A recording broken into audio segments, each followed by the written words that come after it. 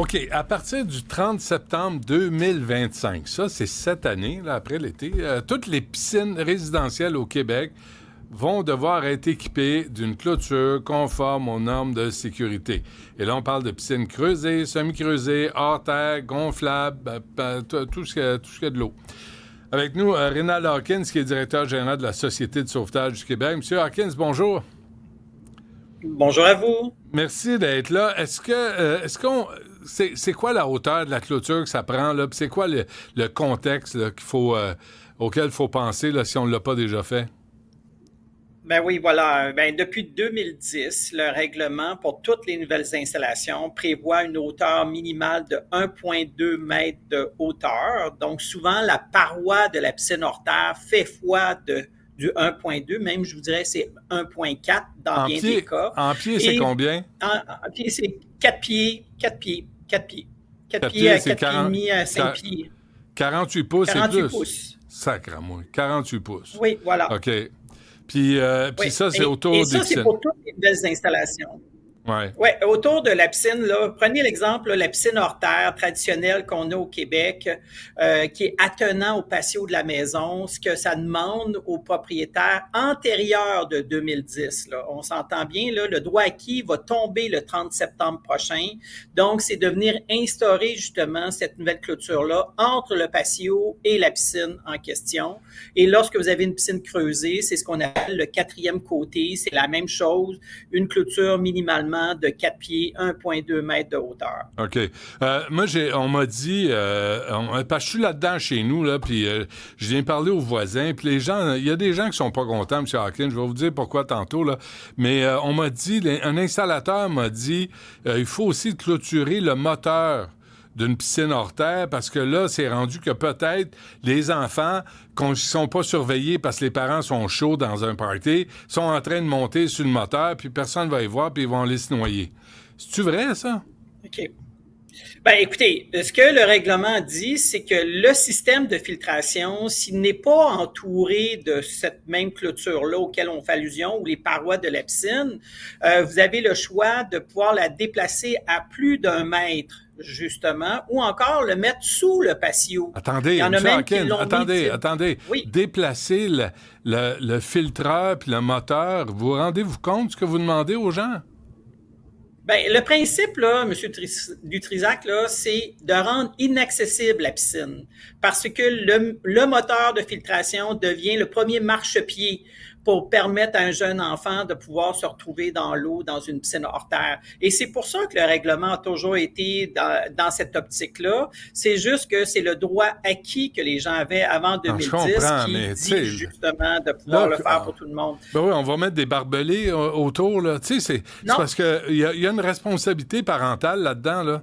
Tu sais, là, vous demandez aux gens... Écoutez, vous me répondez quoi au fait que la majorité des noyades et des noyades non mortelles chez les enfants de 0,5 ans, c'est l'accessibilité qu'il faut venir contrôler. Ouais. C'est pas la baignade en tant que telle, là. Ben non. Donc, ce qui veut dire que c'est entre la résidence et la piscine, l'enfant a eu accès soit par des boîtes à fleurs, soit par le patio de la maison. Et c'est ça qu'on est venu dicter dans le règlement qui était là depuis 2010. C'est juste, encore une fois, qu'on disait, parce qu'il y a eu au-delà de 15 rapports de coroner qui sont venus démontrer que si les gens avaient appliqué le règlement, il n'y aurait pas eu ces noyades-là. Et là, je suis obligé de vous citer une étude qui a été faite par le Montreal Children's Hospital l'année dernière. Chaque fois qu'on rencontre un enfant décédé de 0 à 5 ans dans une piscine résidentielle, je peux multiplier par 10 le nombre d'enfants qui ont été hospitalisés, ils ont souffert de la noyade et malheureusement, certains avec des conséquences plus fâcheuses.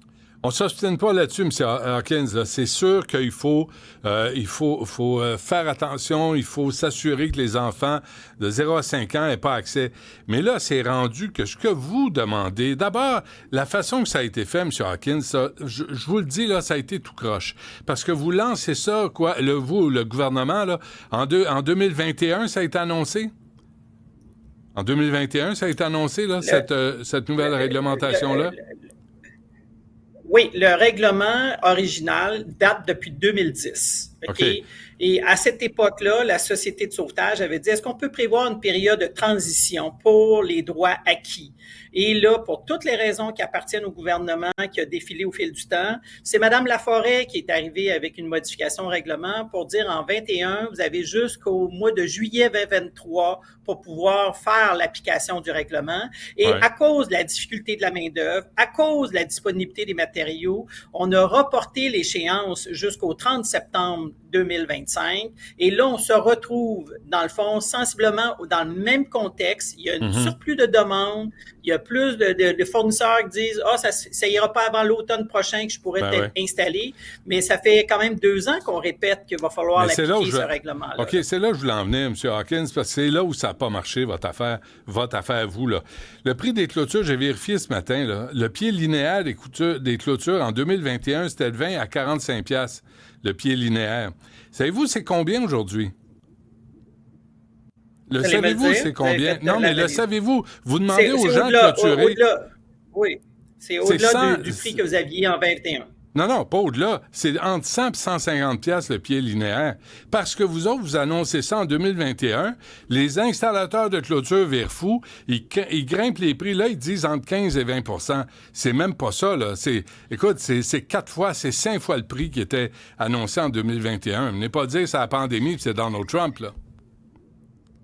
Moi, je ne parle pas du côté américain. Ce que je sais, par exemple, c'est que c'est quand même depuis 2010 que la Société de sauvetage a fait les recommandations aux propriétaires existants de pouvoir ceinturer le tout. Là. Ouais. Et je sais que c'est le principe de l'offre et la demande. Là, de toute évidence, c'est clair par rapport à nous. Mais il y aurait pu avoir aussi une réglementation pour gérer les prix. Parce que tout le monde se fait fourrer présentement pour qu'ils se font installer une clôture. Là, les installateurs passent à la caisse, ils pleurnichent parce qu'ils sont bien occupés. Mais calvaire, ils chargent 5 fois le prix qui c'était il y a 4 ans. Ça n'a pas de sens. Ben écoutez, c'est clair que je comprends très bien ce que vous dites, puis moi, je suis pas là pour représenter l'Association des manufacturiers, mais ce que je sais, c'est que j'ose espérer que cette association-là pourra parler à ses membres. Je comprends le coût des matériaux a augmenté, le coût des salaires a augmenté, mais il y a tout le principe de l'offre et de la demande qui joue qui joue contre nous. Là. Ouais, et là, peut-être qu'au niveau du ministère des Affaires municipales, est-ce qu'ils peuvent faire quelque chose de ce côté-là? Moi, je pense qu'il leur appartient justement à l'industrie aussi de tenir compte de cette réalité-là. Puis, vous savez que vous avez des entreprises qui ont décidé aussi de permettre l'auto-installation, là. Pour ne pas les nommer, Clôture Williams, OK, dans la région de la Montérégie. Attendez, avez-vous déjà installé une clôture, vous? Moi, j'en ai installé. Ben, je vous dirais que oui. Non, moi, j'en ai installé, là. Avec la machine, faire des trous, là, j'en ai installé. Des clôtures en bois, des clôtures en frost. Bon, vous dire quelque chose, c'est un nasty job. Fait que, je peux très bien comprendre ce que vous dites, là. Non, mais c'est pas sérieux de dire ça aux gens. Là, il y a des gens qui disent, M. Hawkins, là, on va clôturer les lacs. On va clôturer les rivières. Puis c'est important de clôturer. C'est important d'avoir un obstacle entre l'accès, face à l'accès d'une clôture. Là-dessus, on ne va pas s'obstiner. Là. Je vous le dis, je suis d'accord avec vous. Puis vous faites une bonne job là-dessus, là, pour alerter les gens et les parents. Ça, c'est bien fait. La façon que c'est fait pour demander une clôture, présentement, tout le monde se fait exploiter par les installateurs de clôture. Il me semble qu'on aurait pu réglementer l'augmentation des prix aussi. Ben là, je peux pas être en désaccord avec vous parce qu'il y a une limite à ce que le consommateur peut payer, mais là, je suis obligé de vous référer justement à l'association puis au gouvernement de ce côté-là. Mais il y a une chose que je sais, là, parce que je les reçois, ces commentaires-là, de la part des propriétaires.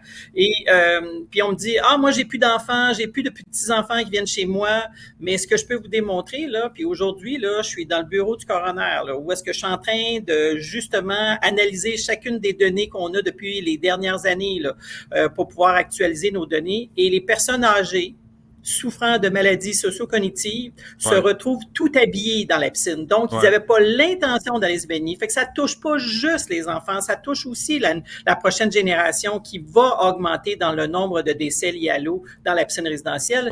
Mais je comprends que votre objectif, là, c'est comment on peut faire pour atténuer ces prix-là. Là, il appartient aussi au gouvernement de pouvoir voir s'il y a une possibilité de faire cette pression-là auprès de l'association, puis de trouver le bon 10 000 manufacturier qui pourra... Mais c'est rendu 10 000 pour des clôtures, M. Hawkins. C'est pas 100 c'est pas une réglementation qui demande 100 ou 200 Là, tu es rendu à 8 000, à 9 000, à 10 000, à 12 000 parce qu'il y en a qui abusent de la situation. Il n'y aura pas aussi un faux sentiment de sécurité. J'ai un auditeur qui me dit « Hey, moi, mon enfant, j'ai mis la clôture, puis on l'a pogné à temps, mais il est en train de grimper dans la clôture. C'est pour ça que on ne peut pas avoir de clôture frost autour de la piscine. » Mais il y a un faux sentiment de sécurité qui peut s'installer, non?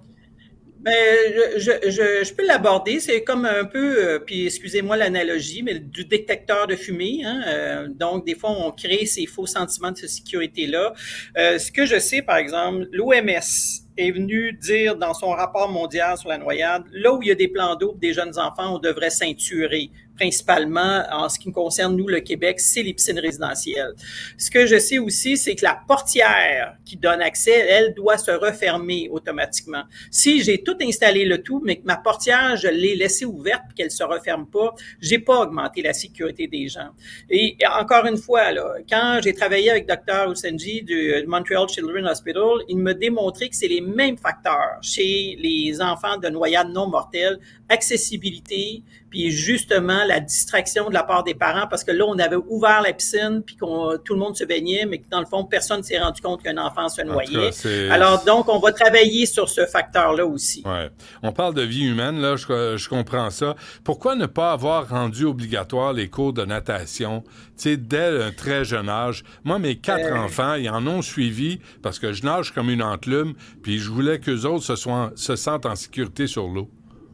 Bon, écoutez, la bonne nouvelle, c'est que le ministère de l'Éducation, sous la responsabilité du loisir sport plein air avec Mme Charret, supporte le programme Nager pour survivre là, dans les écoles primaires et aussi aux écoles secondaires, mais on est dans une approche volontaire.